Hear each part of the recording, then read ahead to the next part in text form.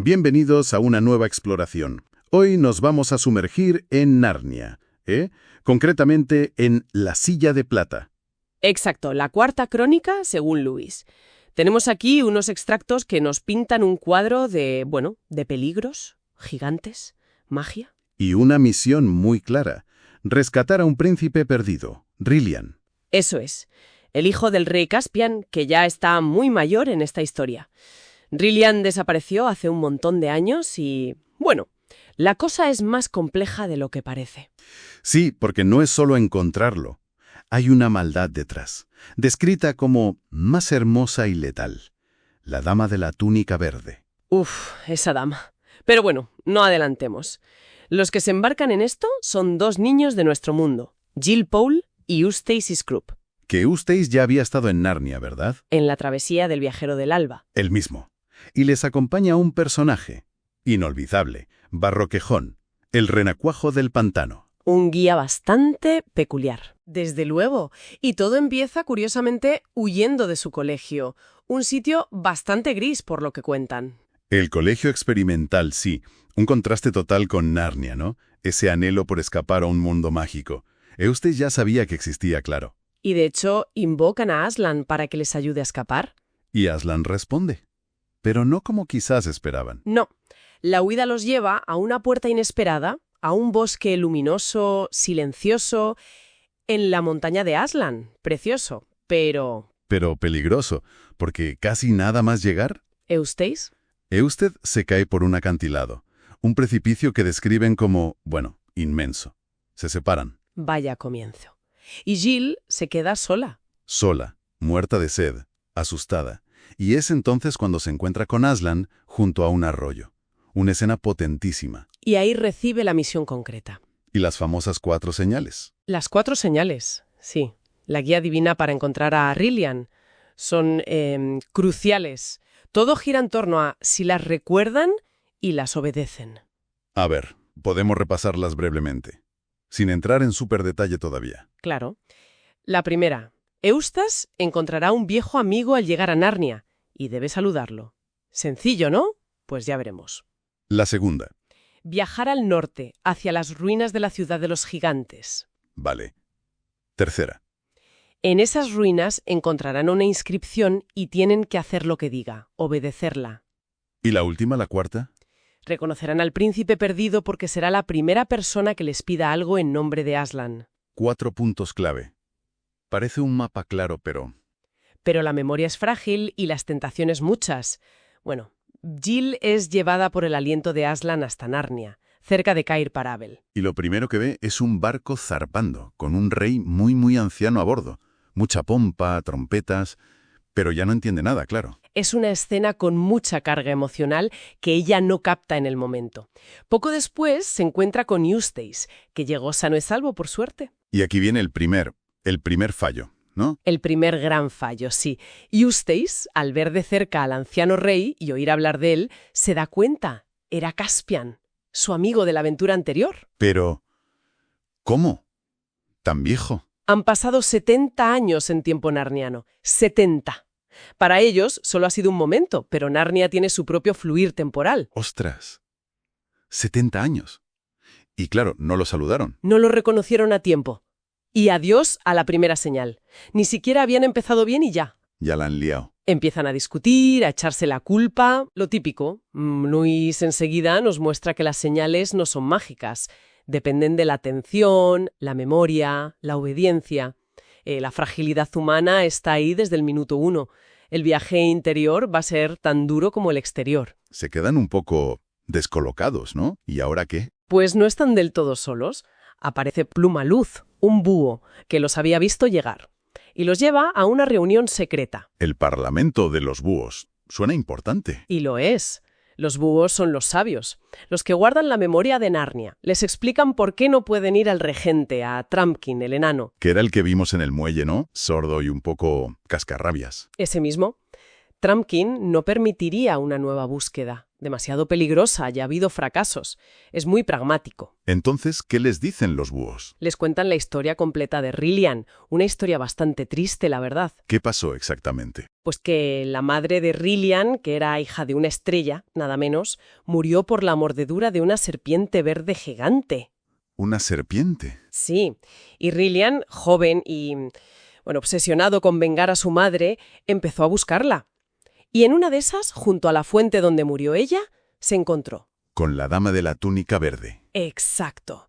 Una mujer de belleza sobrenatural. Quedó totalmente fascinado, hechizado, podríamos decir. Y poco después, desapareció. Nadie lo volvió a ver. Y los búhos sospechan. Sospechan, y con razón, que la dama y la serpiente verde son la misma entidad. Una bruja poderosa que tiene a Rilian prisionero en algún lugar. Una maldad que seduce, que engaña. Con toda esa información, y sin poder pedir ayuda oficial, los búhos les dan un guía. El gran barroquejón, Pudelglum en el original, el renacuajo del pantano. Alto, delgado, con pinta de ir siempre mojado. Y pesimista. Muy pesimista. Pesimista crónico. Siempre esperando lo peor, lo cual, curiosamente, a veces le ayuda a estar preparado. Pero debajo de esa capa de negatividad... Hay una lealtad y una valentía enormes, a su manera. Totalmente. Su forma de hablar es única. Me llamo Barraquejón, pero no importa que se les olvide. Probablemente lo harán. Es genial. Y acepta guiarlos hacia el norte, como decía la segunda señal. Sí, a través de las marismas, luego el páramo de Etins, paisajes desolados, peligrosos, un viaje muy duro, cazando para comer, durmiendo al raso, pura supervivencia. Pone a prueba a los niños, desde luego. Y a Barroquejón también, supongo. Sin duda. Y en ese viaje cruzan un puente gigantesco, antiquísimo, sobre un barranco enorme, probablemente hecho por gigantes de antaño. Una señal de que van por buen camino hacia las ruinas. Y entonces, en medio de esa desolación, se produce un encuentro clave. El encuentro. Se topan con ella. La dama de la túnica verde, acompañada por un caballero totalmente en silencio, vestido de negro. La propia bruja. ¿Y qué hace? Pues no los ataca directamente. Usa su encanto, su labia, les habla de Harfang. El castillo de los gigantes. Pero ella lo vende como el hogar de los gigantes amables.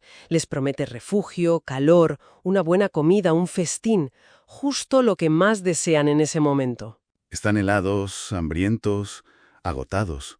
La tentación es enorme. Brutal. Y caen de lleno. El deseo de comodidad, de alivio inmediato, es tan fuerte que, borra todo lo demás. ¿Se olvidan de las señales? ¿De la misión? Completamente.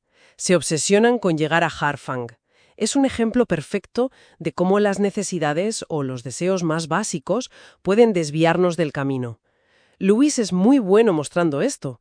No es solo maldad pura, es debilidad humana. El atractivo del confort. Exacto. Llegar a Harfang se convierte en su único objetivo. Llegan justo cuando empieza una tormenta de nieve terrible. Y tienen que subir por unos peldaños de roca muy raros. Sí, unos escalones enormes, desgastados, que suben por la ladera hasta el castillo. Les cuesta un montón llegar arriba. Entran y, los gigantes los reciben. Son enormes, ruidosos. Pero parecen amables al principio, ¿no? Sí, una amabilidad un poco exagerada, quizás. Les dan comida, los tratan bien. Pero entonces Jill se asoma a una ventana. Y ve algo. Ve la ladera por la que subieron, y con la nieve cayendo de cierta manera, distingue unas letras gigantescas talladas en la tierra. Los peldaños eran parte de esas letras. ¿Qué decían? Debajo de mí. Under me, en inglés. ¡Ostras! Se le hiela la sangre. Se da cuenta de golpe. Harfang. Harfang es la ciudad en ruinas de los gigantes de la segunda señal. Y la tercera señal decía que encontraran una inscripción y la obedecieran. Debajo de mí. Tenían que haber ido debajo de las ruinas. Exacto. No refugiarse en ellas. Han vuelto a fallar una señal. Y esta vez el error puede ser fatal. Porque además... ¿Escuchan algo más? No. Sí. Oyen a los gigantes hablar entre ellos sobre el festín que preparan. Y hablan de Pastel de hombre. Madre mía, Son ellos el plato principal. el shock es terrible, la culpa, el miedo. Ahora ya no es solo cumplir la misión, es escapar con vida. Tienen que huir. Planean la fuga para cuando los gigantes durman la siesta. Y aquí Jill demuestra mucha valentía y astucia, ¿eh? Consigue distraerlos para que puedan salir por la cocina. Pero los descubren. Sí, claro. Se arma una persecución tremenda por el castillo y luego por el exterior, con los gigantes y sus perros de caza pisándoles los talones. ¿Y cómo escapan? Encuentran una grieta, una abertura oscura justo debajo de las letras gigantes de la inscripción, de «Debajo de mí».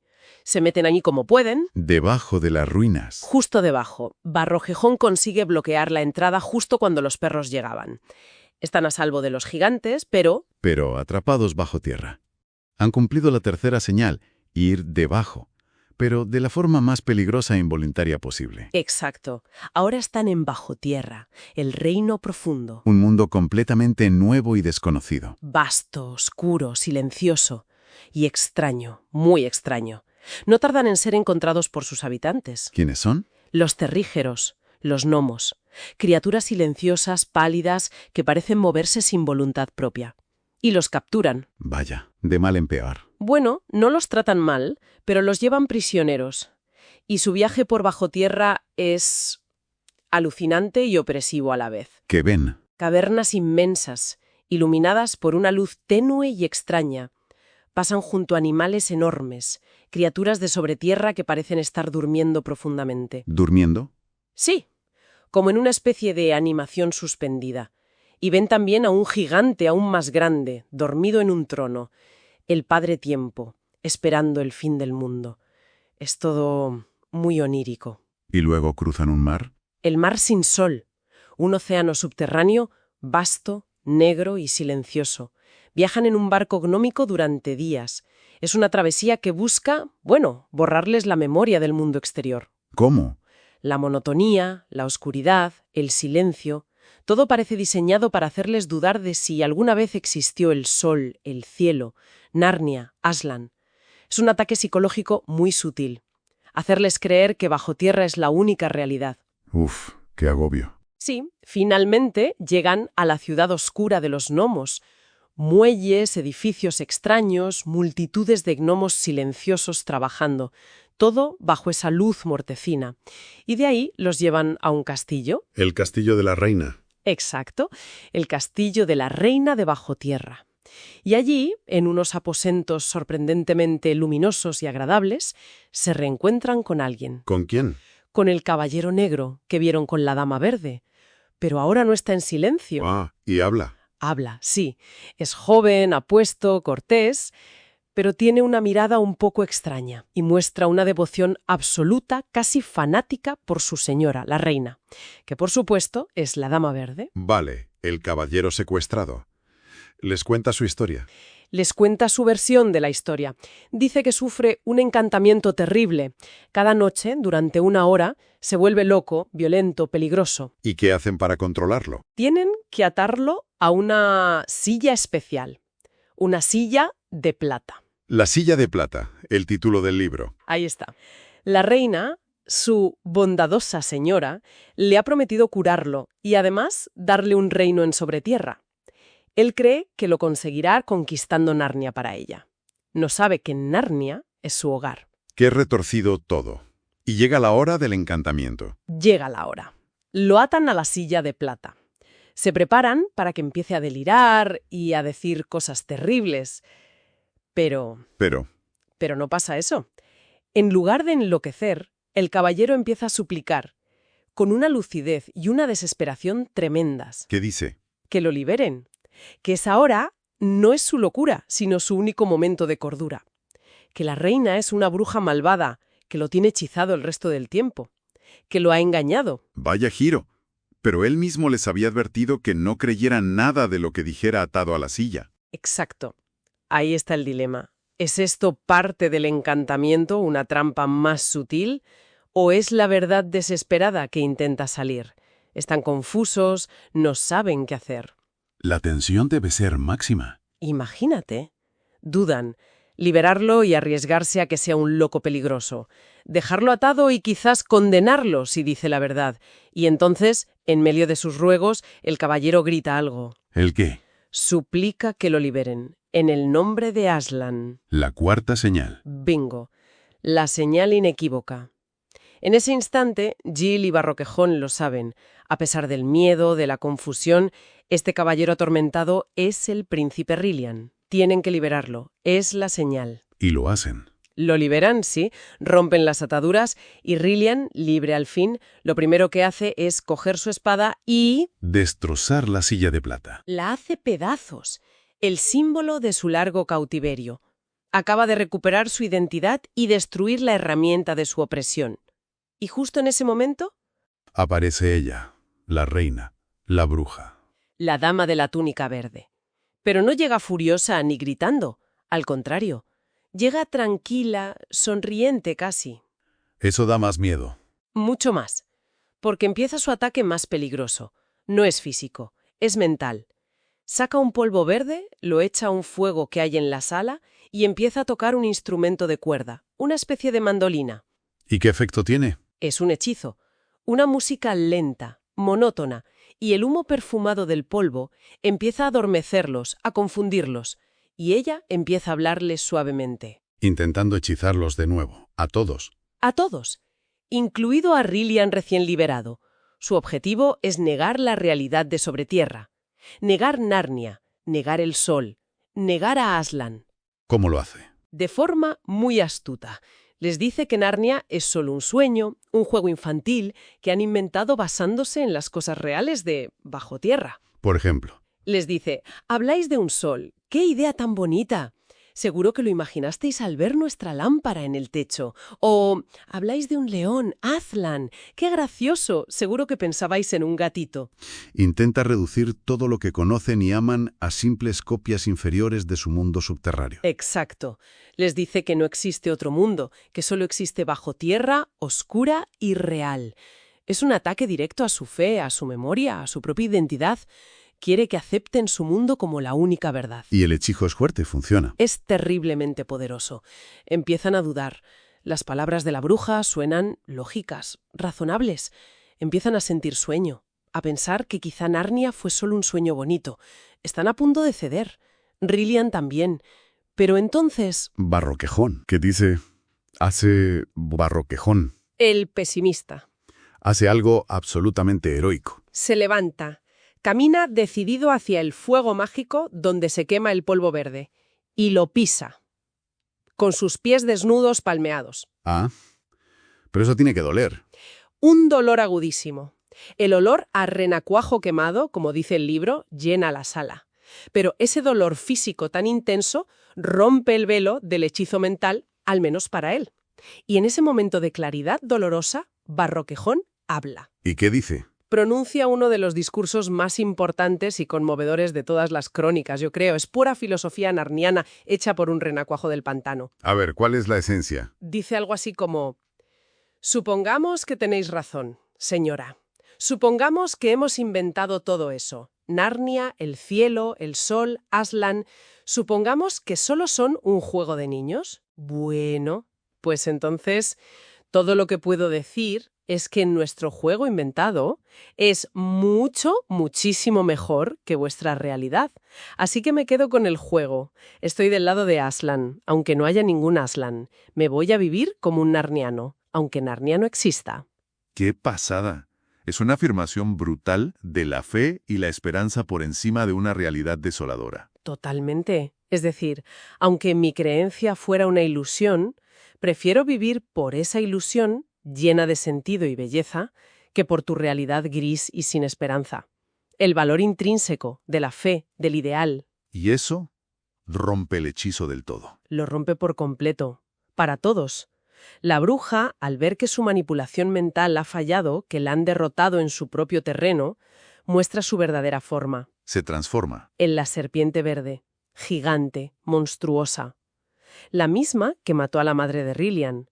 Ahora la lucha es física, directa. La batalla final. Rilian, Eustace y Barroquejón luchan contra ella. Es una pelea terrible en esa sala subterránea, pero consiguen matarla. Rilian venga a su madre y libera a Bajo Tierra, Libera a Bajo Tierra. ¿Cómo? porque al morir la bruja, el hechizo que mantenía sometidos a los gnomos se rompe.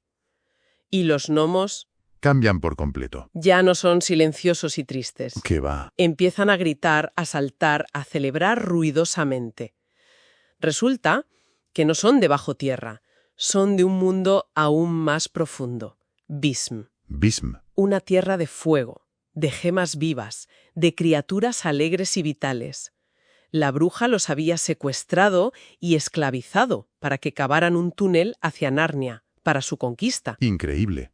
O sea que los gnomos también eran víctimas. Exacto. Y en medio de la celebración se abre una grieta enorme que lleva a Vism.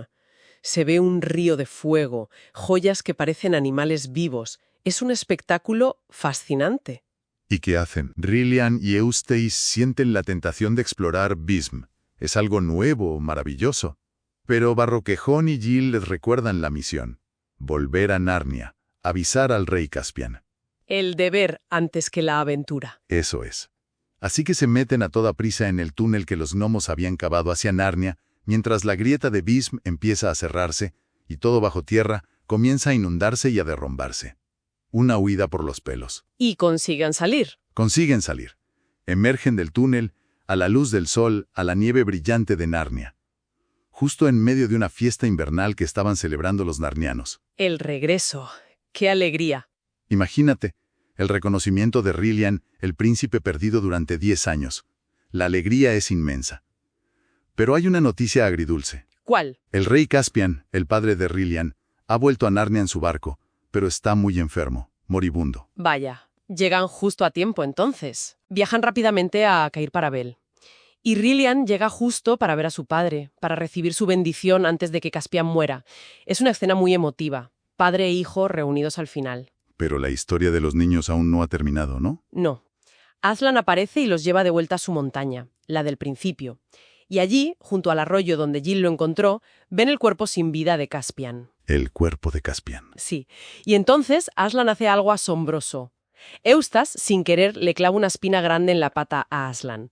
Y una gota de sangre del león cae sobre Caspian en el agua. ¿Y qué ocurre? Caspian resucita. Pero no viejo y enfermo. Resucita joven, fuerte, como era en la época de Eustace. Ha renacido en el país de Aslan. Increíble. Una imagen de vida eterna, de redención. Totalmente.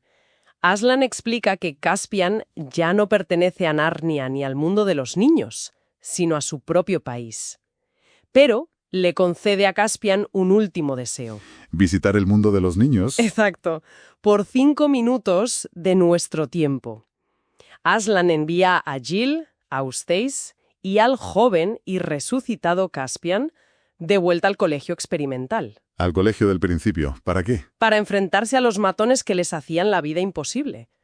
Aparecen allí, Caspian con su aspecto regio, los niños con otra seguridad. Y armados, simbólicamente, ¿no? Sí, la visión de ellos causa tal conmoción que la dirección del colegio tiene que intervenir, se destapa todo el acoso y la escuela es reformada. El mal es confrontado y vencido también en nuestro mundo, no solo en Narnia. Cierran el círculo perfectamente. Así es.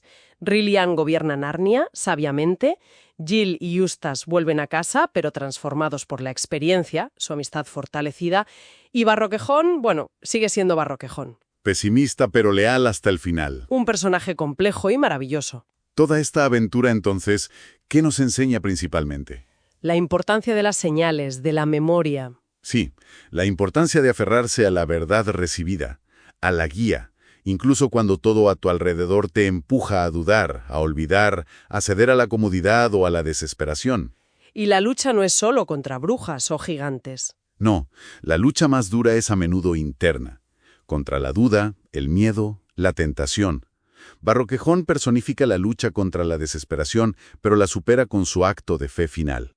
Y nos deja esa pregunta sobre la realidad, ¿no? La confrontación con la bruja es muy potente en ese sentido, potentísima. ¿Qué define nuestra realidad? ¿Solo lo que podemos tocar y medir, aunque sea gris y opresivo?